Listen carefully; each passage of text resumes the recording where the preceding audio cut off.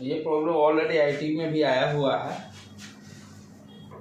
अभी तक जो भी प्रॉब्लम हम लोग किए सारे जगह क्या देखे, चार्ज जो है मेरा यूनिफॉर्मली डिस्ट्रीब्यूटेड है एंड चार्ज डेंसिटी वैरी नहीं कर रहा है। चार्ज डेंसिटी वैरी नहीं कर रहा, वो कांस्टेंट है। चार्ज डेंसिटी मेरा कांस्टेंट है। यदि चार्ज डेंसिटी कांस्टेंट नहीं है यानी कहने का मतलब नॉन यूनिफॉर्म है। फॉर एग्जांपल जैसे इस तरह से दिया हुआ हो, ये charge density is equal to rho naught into R. यदि कोई सॉलिड स्फीयर हम लोग कंसीडर करते हैं non conducting solid sphere consider करते हैं। Non conducting solid sphere consider करने का मतलब ही हो गया कि चार्ज सब जगह अवेलेबल है, इनसाइड में भी अवेलेबल है, एवरीवेयर। तो यहाँ पे क्या कर रहा है, चार्ज डेंसिटी है आर के साथ very, this is your centre O, ये कैपिटल आर मान लो। तो जैसे जैसे आर का वैल्यू बढ़ते जाएगा चार्ज डेंसिटी इंक्रीज करते जा रहा है, चार्ज डेंसिटी इंक्रीज करते जा रहा है। अब आपसे पूछता है find the electric field inside and outside. Find the electric field inside and outside. ठीक है बेटे, तो कैसे निकालेंगे, पहले आउटसाइड का बात कर ले हम लोग कि यदि आउटसाइड पे रहेगा तब क्या होगा। तो आउटसाइड में तो कोई चेंजेस नहीं आएंगे। मान लो कि ये आर डिस्टेंस पर लेते हैं, गॉसियन सरफेस कंसीडर कर लो। ठीक, तो आउटसाइड के केस में हम देखते हैं जो प्रीवियस में कौन था, electric field is equal to k q upon r square consider करते। यहाँ तो इनसाइड में ये चार्ज तो फिक्स ही हो जाएगा, आउटसाइड में सेम आ जाएगा। इलेक्ट्रिक फील्ड का फॉर्मूला जो हम लोग निकाले थे ये के क्यू अपॉन आर स्क्वायर। यहाँ पर क्यू कितना हो जाएगा, इस टर्म में इसको अंडरस्टैंड करें तो टोटल चार्ज यहाँ पर क्यू की यदि हम बात करें, क्यू इंटरनल कितना होगा, व्हाट इज दी, तो चार्ज डेंसिटी दिया हुआ, चार्ज डेंसिटी दिया हुआ है। ठीक, तो रो इक्वल टू क्या हो जाएगा, रो नॉट इंटू कैपिटल आर। ठीक है, ये टोटल चार्ज की हम बात कर रहे हैं, टोटल चार्ज की बात कर रहे हैं, राइट। ठीक है बेटे, तो यहाँ पर जो होगा टोटल चार्ज क्यू नॉट जो भी कैलकुलेट कर लेंगे, और ये Q equal to charge, Q equal to density rho into 4/3 pi R Q. Outside में तो नो समस्या है, आउटसाइड के पॉइंट पे तो जो फॉर्मूला था के क्यू अपॉन आर स्क्वायर, कोई दिक्कत नहीं है। जो समस्या है इनसाइड वाले पे, क्योंकि इनसाइड में ये आर के वैल्यू बढ़ने के साथ साथ चार्ज डेंसिटी बढ़ रहा है, तो चार्ज भी हर जगह पॉइंट पे अलग अलग होगा।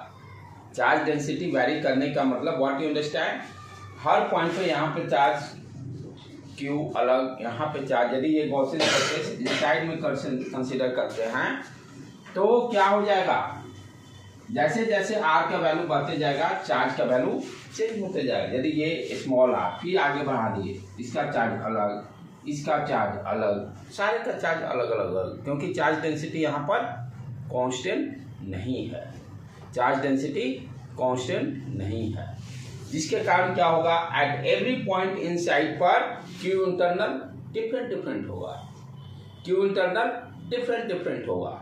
तो इस केस के लिए हम लोग क्या करेंगे, इनसाइड के लिए जो है कैलकुलेशन इनसाइड में सोचना है। ठीक है, तो क्या किए कि इनसाइड में मान लो कि आर डिस्टेंस पर, इसको थोड़ा बाहर निकाल के देख लेते हैं, आर डिस्टेंस पर कंसीडर करते हैं कोई पॉइंट जहां पर हमें इलेक्ट्रिक फील्ड निकालना है। तो ये पहले इसको ड्रॉ कर ली। ठीक, अब बच्चे गलती क्या करते हैं, सोचते हैं कि ये आर है, आर का वैल्यू रखकर और 4/3 पाई आर क्यू से मल्टीप्लाई कर देंगे, चार्ज निकल जाएगा। वो तो इस सरफेस पे निकलेगा ना, अंदर का तो चार्ज नहीं निकलेगा। क्या बच्चे करते हैं, जैसे ये चार्ज यहाँ निकालने के लिए, क्या करते हैं, रो नॉट इंटू आर डिस्टेंस पे निकालना, आर से मल्टीप्लाई किए 4/3 पाई आर क्यू, ये तो चार्ज ये निकलेगा ना, इनसाइड वाले सरफेस पर निकलेगा ना, इनसाइड के सरफेस पर। हमें तो निकालना पूरा अंदर का भी निकालना है, राइट। तो क्या करेंगे हम लोग इस प्रॉब्लम को सॉल्व करने के लिए कि r डिस्टेंस पर, चाहे x इसको ले लेते हैं, x रेडियस कंसीडर कर लेते हैं, क्योंकि यहाँ पर जहां भी वेरिएबल की बात होती है इंटीग्रेशन अपना आ जाएगा। x रेडियस कंसीडर करते हैं और इसका थिकनेस dx ले लेते हैं,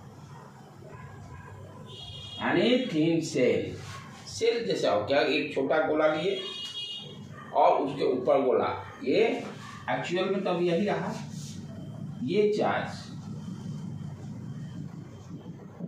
अंदर खोखला हो गया पूरा, थिन सेल निकाल लिए और इसका थिकनेस मान लेते हैं ये dx है, x रेडियस कंसीडर किए और dx थिकनेस का ये थिन सेल निकाल लिए। पर्पस क्या है, एवरीवेयर चार्ज इज चेंजेज, क्योंकि चार्ज डेंसिटी बदल रहा है। अब इस थिन सेल का यदि dq हम लोग निकाल लें तो काम अपना सॉल्व, dq निकाल के उसको इंटीग्रेट कर देंगे। x वैरी फ्रॉम मान लो कि r डिस्टेंस पर 0 to स्मॉल r, ये क्या है, r है, x vary from 0 to small r कर देंगे इंटीग्रेशन में। तो what is dq, first dq की बात करें आप, तो dq को निकालने के लिए क्या हो गया, रो कितना है, rho naught into x, rho equal to rho naught into x, ठीक है। What is dq, dq equal to rho into dA यानी वॉल्यूम, dV वॉल्यूम dV, ये थिन सेल का वॉल्यूम dV है। अच्छा, रो कितना है, rho naught into x dV। अब dV कैसे निकालेंगे, d को ध्यान से देखो, ये जो थिन सेल है यदि इसको कट कर देते हैं, कट करके यदि इसको फैला देते हैं तो क्या मेरा निकलेगा, इस तरह का थिन शीट पूरा निकलेगा जिसका थिकनेस क्या हो जाएगा dx। यदि इसको फुटबॉल है, ठीक है, फुटबॉल को बीच से कट कर दोगे तो क्या एक चदरा निकलेगा और उस चदरे का एरिया कितना होगा 4 pi x square surface area.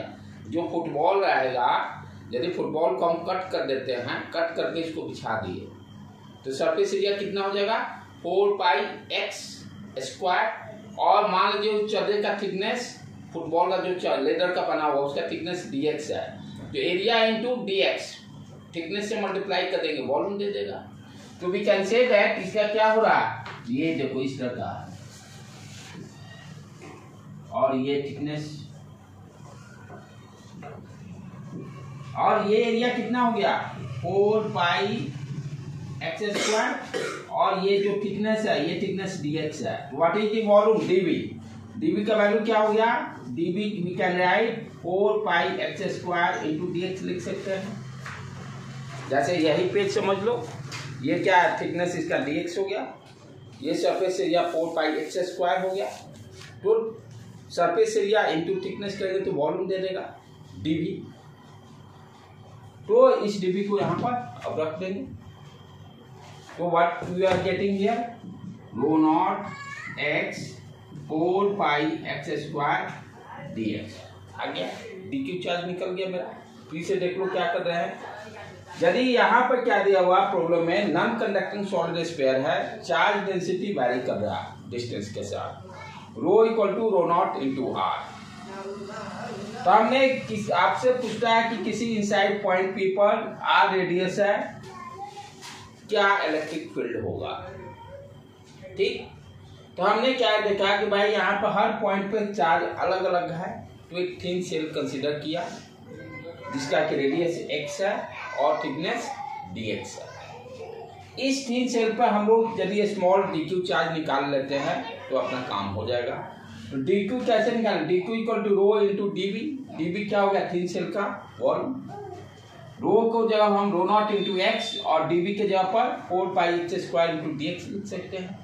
अब इसको इंटीग्रेट कर दो, dq हो गया, इसको इंटीग्रेट करते हैं बोथ साइड, ये क्या दे दिया q, और इधर क्या है, इसको सॉल्व कर लेते हैं। रो नॉट बाहर निकाल दो, 4 पाई बाहर निकाल दो, अंदर में एक्स क्यूब dx, और x कहां से कहां वैरी कर रहा है, 0 to small r, x vary from 0 to small r। अब x का power n dx, formula n यहाँ पर 3 है, x का power n+1 divided by n+1, what you are getting here, इसको मिटा देता हूं बेटे।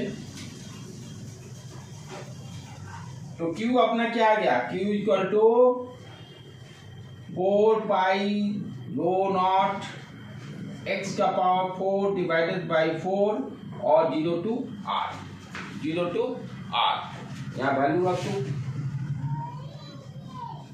r का power 4 divided by 4, small r sorry small r। अब Q निकल गया, Q इंटरनल मालूम हो गया तो आराम से हम लोग कैलकुलेट कर सकते हैं। इलेक्ट्रिक फील्ड क्या हुआ, E equal to 4 pi r square equal to Q internal divided by epsilon naught कर देंगे। चलो इतना लिख लो पहले बेटे, ये सिर्फ जेई के लिए, एडवांस के लिए ही रहेगा, नेट के लिए नहीं। लेकिन तो आप बहुत नॉलेज रखिए, ओनली फॉर ये क्वेश्चन शायद 15 या 16 में एडवांस में पूछे हुए हैं। तो यदि वैरी करता है चार्ज डेंसिटी तो कैसे करेंगे,